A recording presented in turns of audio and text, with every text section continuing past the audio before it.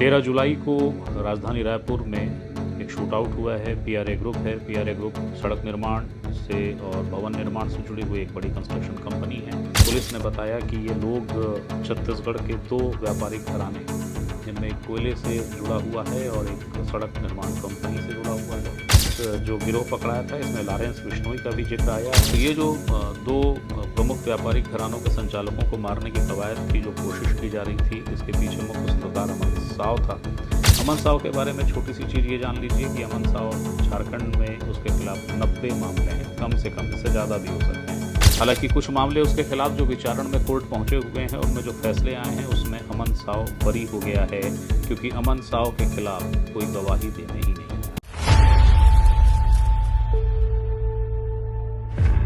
नमस्ते, मेरा नाम है याज्ञवल्क। 13 जुलाई को राजधानी रायपुर में एक शूट आउट हुआ है। पीआरए ग्रुप है। पीआरए ग्रुप सड़क निर्माण से और भवन निर्माण से जुड़ी हुई एक बड़ी कंस्ट्रक्शन कंपनी है।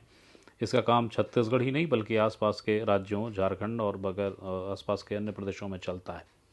बड़ी कंपनी है। यहाँ पर नकाबपोश आए बाइक सवार दो लोग, और जो पीआरए ग्रुप का जो कैंपस था, वहाँ पे जो कार खड़ी थी, उसको निशाना बना के फायर किया गया।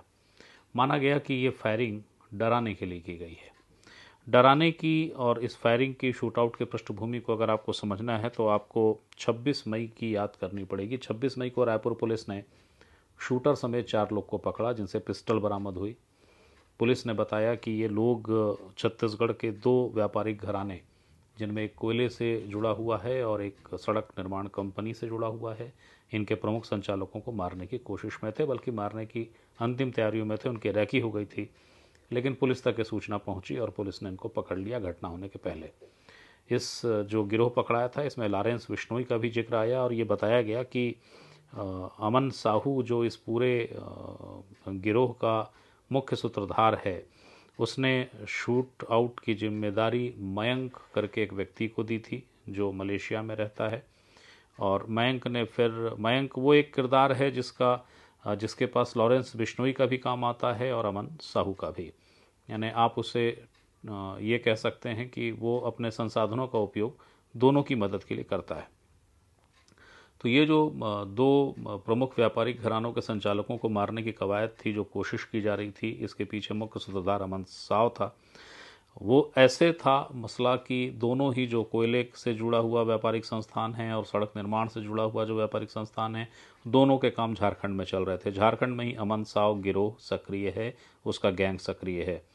ऐसा नहीं है कि झारखंड में अमन साव ही एक इकलौता गैंगस्टर है, लेकिन उसकी दखल और उसका प्रभाव इसलिए ज़्यादा है क्योंकि ये कहा जाता है कि उसके गैंग में संख्या ज़्यादा है लोगों की जो उसके इशारे पर अपराध करते हैं। और दूसरा ये कि उसके संपर्क दीगर राज्यों से है। जैसा कि इस घटनाक्रम में जो मैं आपको बता रहा था कि 26 मई को पुलिस ने पकड़ा, तो लॉरेंस बिश्नोई का जिक्र आया, मयंक का जिक्र आया। तो ये वो गठजोड़ है जो अपराधियों के आपसी ताने बाने को दर्शाता है।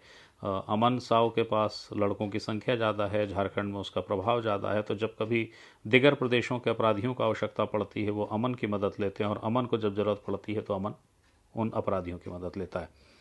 बहरहाल ये घटना इसलिए की गई क्योंकि इनका, जैसा मैंने बताया, दोनों ही संस्थानों का काम झारखंड में चल रहा था। झारखंड में चलने की वजह से अमन साव ने उनसे फिरौती मांगी, रंगदारी मांगी, दोनों ने नहीं दी। तो उनको ये दिखाने के लिए कि उसका प्रभाव है और वो कुछ भी करा सकता है, उसने गोली चलवाई थी। लेकिन गोली से भी नहीं डरे और उसके बाद फिर उसने अपने डर को स्थापित करने के लिए हत्या का षड्यंत्र रचा और उसके बाद शूटर भेजे, लेकिन वो पकड़ा गए। अब पुलिस जो कि जांच कर रही थी इस मामले की, अच्छा हाँ, एक जो चीज़ इस ताने बाने को थोड़ा सा ब्रेक कर देगी, इसलिए क्लियर कर देता हूँ कि वो जो दो समूह थे जिनको निशाना बनाया गया था, जिनमें से कोयलेवाल से जुड़ा हुआ संस्थान एक अलग संस्थान है, सड़क निर्माण से जुड़ा हुआ जो संस्थान है, उसको लेके माना जाता है कि पीआरए ग्रुप ही था। पीआरए ग्रुप के संचालक निशाने पर थे, जो शूटर आए थे वो उन्हें ही मारने आए थे। पुलिस ने हालांकि कहीं पर भी इन चीज़ों को सार्वजनिक नहीं किया, लेकिन संकेतों में चीज़ें इतनी आई कि वो मीडिया में भी आ गई कि हाँ, ये ग्रुप थे और इनको मारने आए थे। अब ये जो 13 तारीख की घटना है, जिसमें पीआरए ग्रुप के कैंपस में खड़ी कार पे गोलियां चली, इसको उसी पुरानी घटना से जोड़ के देखा गया कि वो लोग, यानी अमन साव ग्रुप जो है, वो अभी भी डराने और मारने की कोशिश कर रहा है, या कि हम मारेंगे इस भाव को स्पष्ट करने के लिए गोली चली है। दावे ये भी हैं कि इस शूटआउट की जवाबदेही फिर उसी मयंक ने ली है जिस मयंक का नाम पिछली बार आया था जब शूटर पकड़ाए थे। लेकिन ये दावे हैं, अभी इसकी कोई पुष्टि नहीं है। पुलिस ने कोई इसको अधिकृत रूप से बताया नहीं है कि यहाँ ऐसा हो गया है। पुलिस के निशाने पर अमन साव है। पुलिस, छत्तीसगढ़ की पुलिस जिसको लाना चाहती है, जिसको पकड़ना चाहती है, वो है अमन साव। अमन साव के बारे में छोटी सी चीज़ ये जान लीजिए कि अमन साव झारखंड में उसके खिलाफ 90 मामले हैं, कम से कम, इससे ज़्यादा भी हो सकते हैं। बिहार में भी कुछ मामले हैं। इन मामलों के साथ साथ वो लगातार जेल में है और ये कहा जाता है, झारखंड में ये शोहरत है उसकी, कि जेल में रहते हुए वो जितनी सुविधा से गैंग चलाता है, गैंग ऑपरेट करता है, शायद उतनी सुविधाओं से वो बाहर ना चला पाए।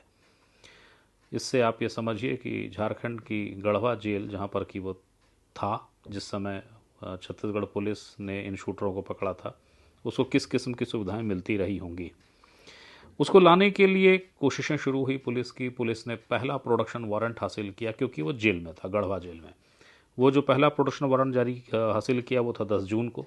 10 जून को प्रोडक्शन वारंट हासिल करने के बाद छत्तीसगढ़ की पुलिस झारखंड पहुंची।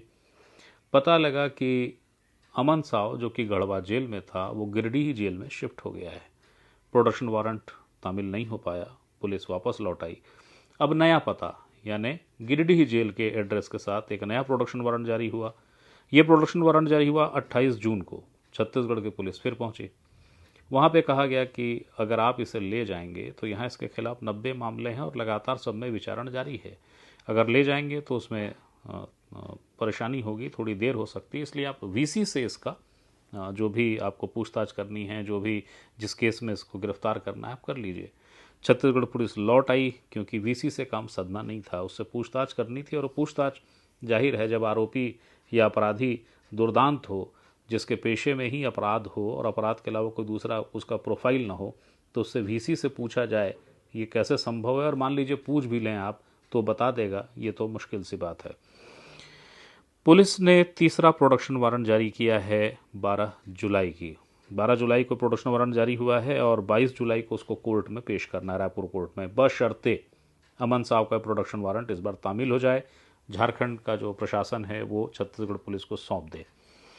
अब एक छोटी सी जानकारी और ले लीजिए कि गिरिडीह जेल जहाँ पर कि आज अमन साव है, जो बंद रखा गया है, गढ़वा से शिफ्ट किया गया है, उसको शिफ्ट इसीलिए किया गया ताकि जेल के भीतर से जो वो अपना पूरा गैंग चला रहा था और जेल का जो सुविधाएं उसने हासिल करके बेखौफ साम्राज्य स्थापित किया था, उसको ब्रेक लगे। गिरिडीह जेल में उसको परेशानियां हुई।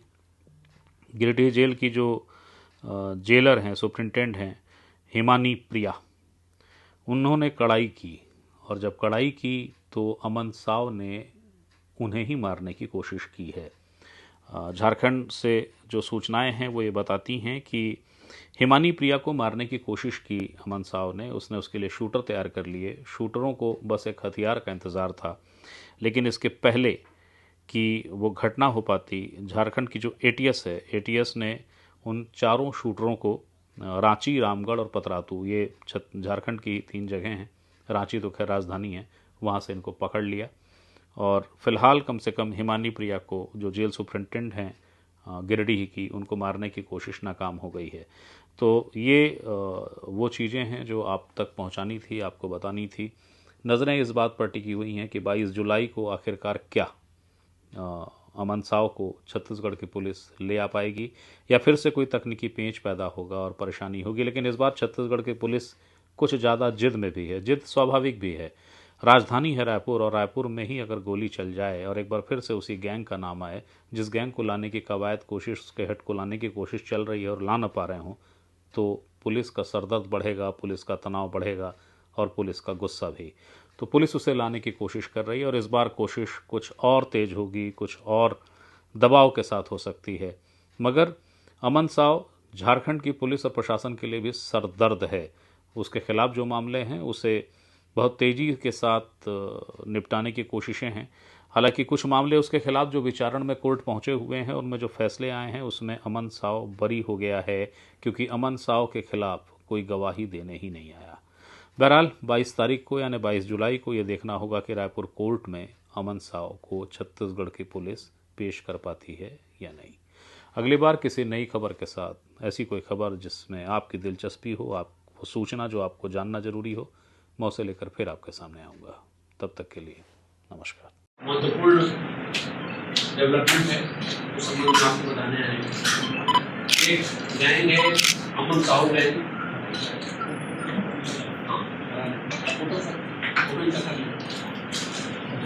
ये मेन है पप्पू सिंह, ये जो ब्लू टी शर्ट में है।